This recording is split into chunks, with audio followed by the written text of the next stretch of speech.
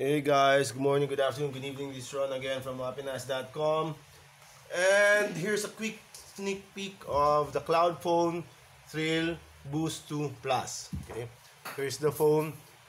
It's sporting a 5.45-inch display na 18 by 9 ang aspect ratio. Okay, the volume buttons are on the right side along with the power button.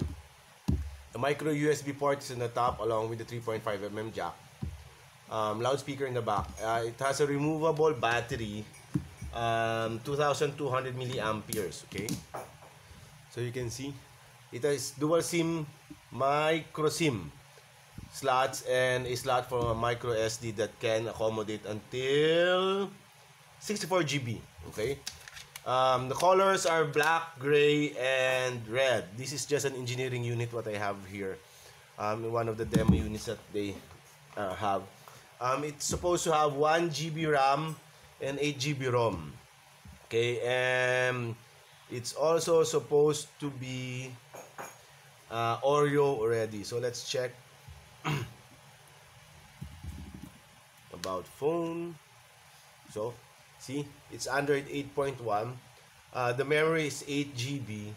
Ang naggamit na, what's installed here is already 4 point something.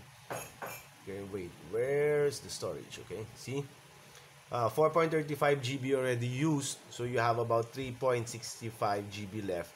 So mas maganda, you put an SD card to help you with whatever you need to put in. Okay, and the Thrill Boost 2 sports a 5 megapixel rear camera with LED flash and fixed focus, and a front camera of 2 megapixels.